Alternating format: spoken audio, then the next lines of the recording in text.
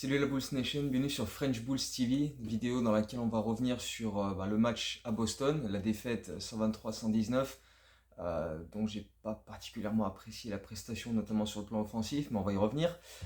Et puis on va aussi donner un petit peu des news de Lonzo Ball, parce qu'on en a eu un petit peu de la part de Billy Donovan. Et puis voilà, développer un peu sur la G-League aussi, dont la saison a débuté ce week-end aussi. Mais donc avant ça, le match à Boston, euh, où on a plutôt bien démarré, avec euh, on s'est pris un peu d'attaque du cercle au début, on n'était pas forcément bien placé, mais on s'est adapté, on a été capable d'assez rapidement être un peu plus disruptif en attaque et voilà, obtenir des interceptions, filer de l'autre côté, avec DeRozan qui a déjà mis quelques mid-range, quelques paniers près du cercle. Euh, et ça a quelque part aidé l'attaque à trouver un petit peu plus de rythme. On a multiplié les passes avec parfois Boston qui faisait des prises à deux sur des Rosanne et ça permettait de trouver un joueur libre. On a pris une petite avance en début de match, mais ça n'a pas particulièrement duré parce que derrière, l'impact du banc de Boston a été bien plus costaud que l'impact de notre banc à nous, qui pour le coup a été assez réduit. Et puis après, au fil des minutes, sur la fin du premier quart-temps et dans le deuxième quart-temps, Boston commençait à prendre un petit peu l'ascendant avec donc une défense aussi un peu plus resserrée de leur part.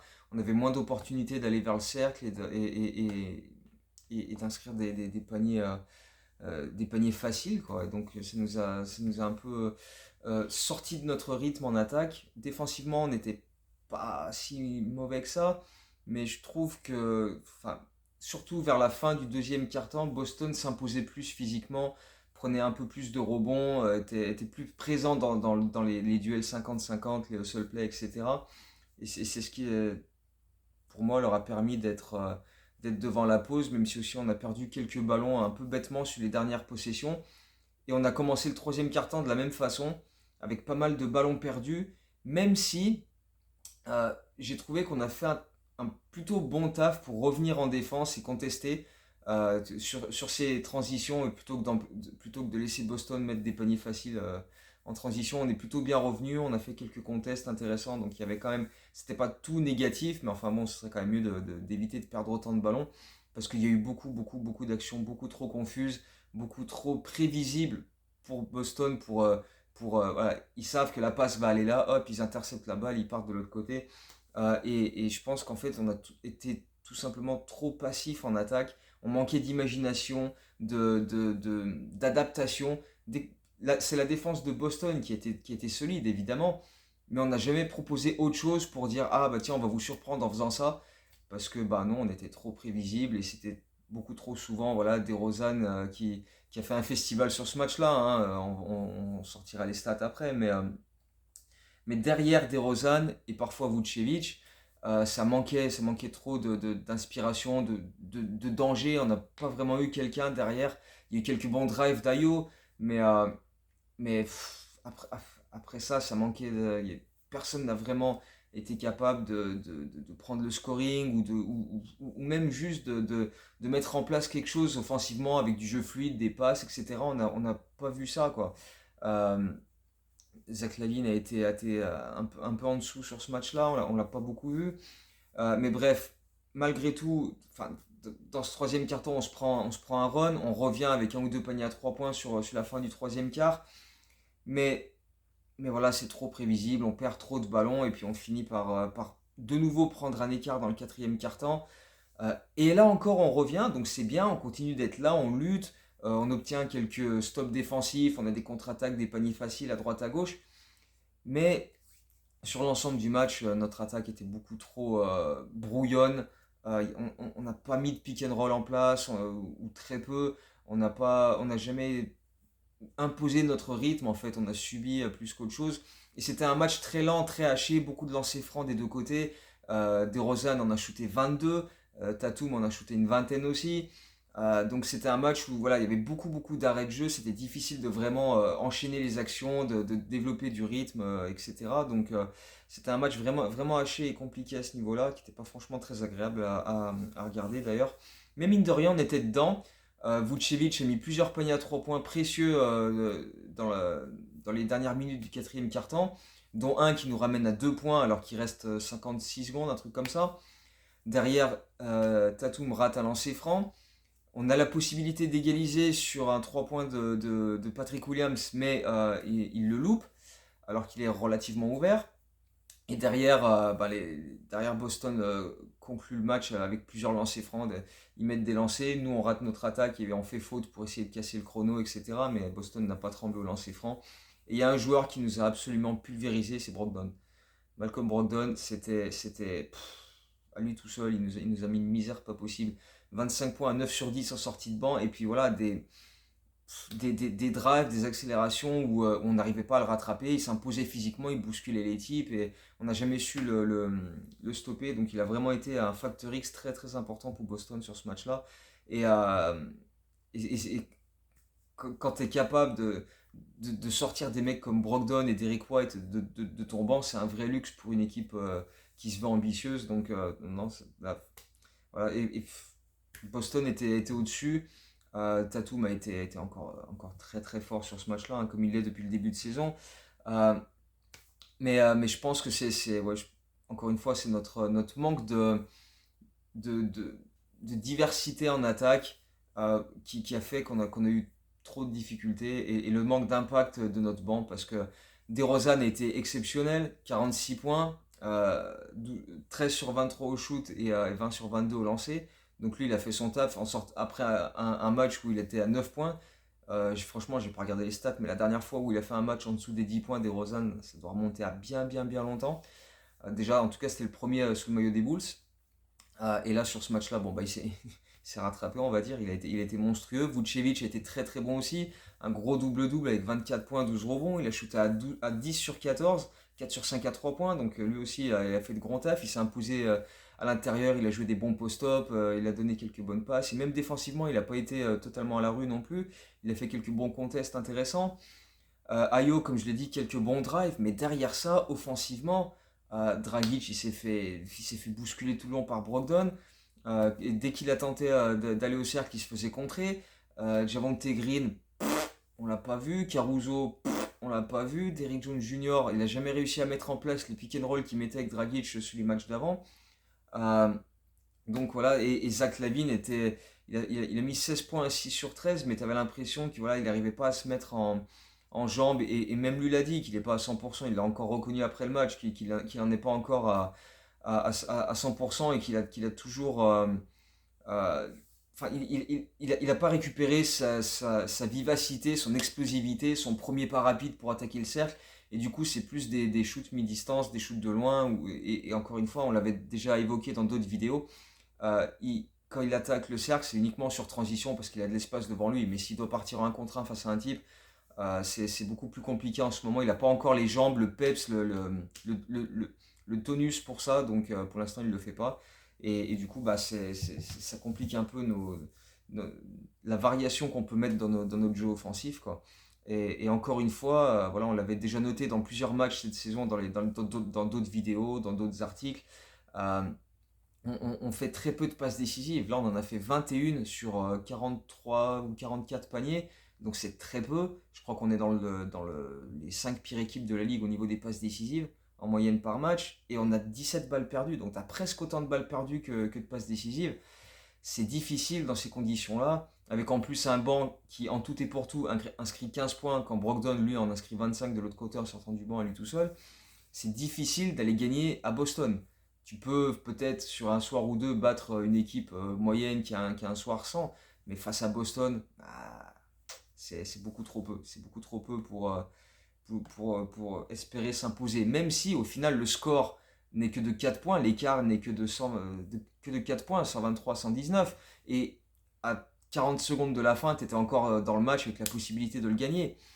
Mais ça fait quand même beaucoup de choses contraires qui t'empêchent d'aller chercher ce match-là, quoi. Donc on souffre vraiment des absences de Drummond et de Kobe White qui seront encore absents d'ailleurs sur le match de ce soir à Toronto. Donc c'est problématique, même si voilà, défensivement on n'a pas été si ridicule que ça, mais c'est offensivement on a trop de lacunes en ce moment pour exister sur la durée, quoi.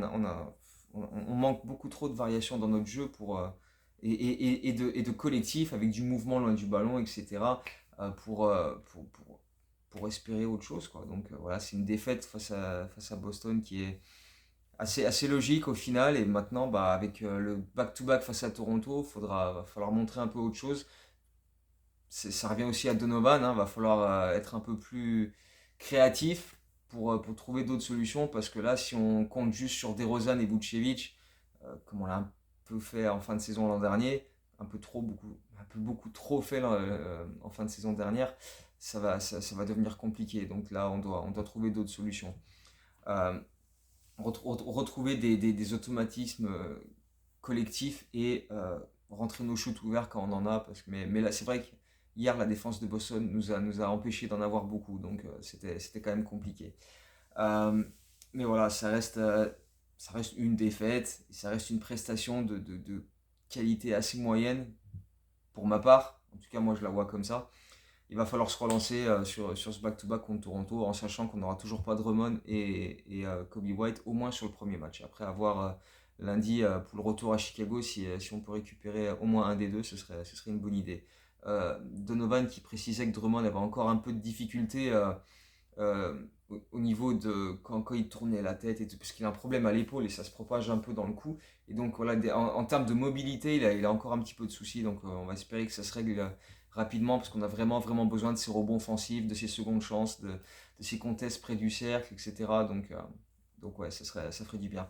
Euh, Donovan, avant ce match-là à Boston, a aussi donné des nouvelles de Lonzo Ball parce que mine de rien, ce mercredi qui arrive, ce sera les 6 semaines après son opération au genou. Et quand il avait été opéré, les Bulls avaient dit qu'il serait réévalué entre 4 et 6 semaines après. Donc on est pile dedans. Et Billy Donovan a donné des news plutôt rassurantes en disant que voilà, ils étaient optimistes sur ce qu'il était en train de faire en termes de sa rééducation. Alors il n'est pas encore loin de là en train de courir, etc., comme un dératé, en train de monter en condition physique, ni de faire des activités basket, etc., de prendre des shoots, dribbler, tout ça. Mais euh, les exercices qu'il est en train de faire, tout ce qui est renforcer le genou, tu vois, euh, tout ça, pour l'instant, ça se déroule très bien. Il est en bonne condition. Il y a pas de douleur quand il commence à en faire un petit peu plus, même si encore, pour l'instant, ça reste encore très léger. Mais c'est que des signes positifs. Ce que les docteurs lui en disent à Alonso et à Billy Donovan, c'est que pour l'instant, ça va bien. Mais voilà, encore une fois, il va falloir observer sur la durée comment ça va se dérouler quand ils vont commencer à faire un peu plus d'exercice, quand il va être sur le parquet à commencer à accélérer, à cutter, etc. Donc pour l'instant, on est à peu près dans les temps, mais il n'y a pas vraiment de date pour dire voilà, on espère qu'il sera de retour à cette période-là et qu'il sera. Pour l'instant, il y a encore trop d'inconnus, mais ça progresse comme en tout cas ils aimeraient que ça progresse. C'est pas comme cet été où ils nous disaient ça progresse pas terrible, voilà, on aimerait que ça aille plus vite. Là pour l'instant ça a l'air d'aller et finalement l'opération qui lui ont fait subir il y a 6 semaines semble avoir réglé le problème qui persistait depuis la première opération en janvier. Donc ça a l'air d'aller mieux.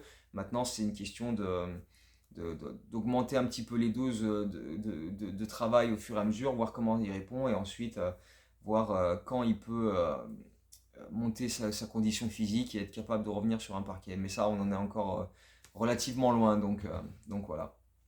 Et puis pour terminer, la saison de G-League a débuté également ce week-end. Vendredi, les Windy City Bulls étaient à Wisconsin.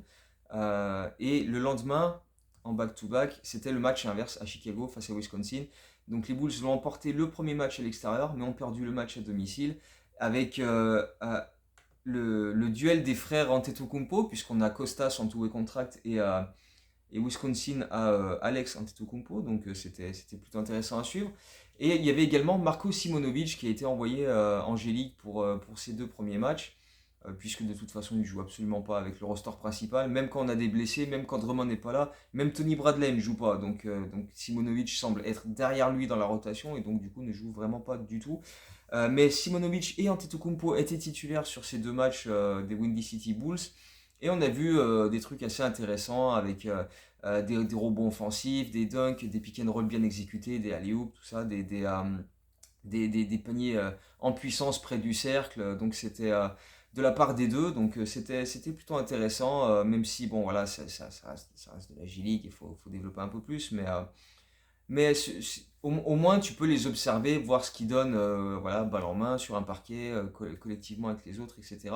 Défensivement aussi, donc c'est c'est- c'est toujours intéressant à suivre, même si, bon, là, j'ai pas regardé les matchs en entier, j'ai juste vu des résumés pour l'instant, mais je vais m'y pencher un peu plus, voilà, sûrement cet après-midi, etc. Parce que, voilà, tous les lundis, je parle aussi de la G-League dans l'article Baromètre des Bulls, donc voilà, étudier ça d'un petit peu plus près. Mais au moins, voilà, ça donne l'occasion de les voir sur un parquet et voir s'il y a une progression. Mais voilà, Simonovic qui a mis 19 points en premier match avec 8 rebonds. Et au match suivant, un petit double-double, 11 points, 11 rebonds, donc plutôt intéressant. Deux matchs à 14 points pour Kostas Antetokounmpo. Et Malcolm Hill n'a pas joué avec les Windy City Bulls. Il était sur le banc des Bulls à Boston, donc il a pas joué ses premiers matchs de G-League. Donc on va surveiller un petit peu comment ça va se passer pour lui aussi. Donc voilà, voilà, on a Toronto ce soir. On a Toronto demain. Donc gros back-to-back parce que Toronto ça va être très très chiant à jouer. Même si apparemment Siakam est incertain. Et je crois que Van Vliet aussi est incertain. Donc à voir. Mais même s'ils sont pas là, ça va être chiant parce que c'est vraiment une équipe chiante à jouer défensivement, qui va nous bousculer au rebond, qui va prendre énormément de rebonds face à nous. Et c'est pour ça que l'absence de Drummond ce soir, elle est vraiment, vraiment casse-couille. Parce que voilà, avec des mecs comme Boucher, etc., ça va être compliqué pour nous de s'imposer au rebond parce qu'ils ont une telle activité, une telle énergie que il va falloir matcher ça si on veut s'imposer sur ces matchs-là. Donc voilà, on va espérer qu'on sera capable de faire le taf. Et puis donc on se retrouve après ce back-to-back. Entre les deux, il y aura l'article lundi, baromètre des Bulls, où on va revenir sur un petit peu tout ça. Et puis après, voilà, on va voir, on va espérer encore une fois récupérer Drummond, White, et qu'on soit capable de faire le taf contre les Raptors, parce que sinon ça peut démarrer une spirale assez négative en termes de résultats. Donc on se retrouve après le back-to-back contre les Raptors pour la prochaine vidéo, et puis en attendant les articles, et puis sur Twitter, etc. Donc voilà, à très bientôt, et en attendant, portez-vous bien. Ciao, go Bulls.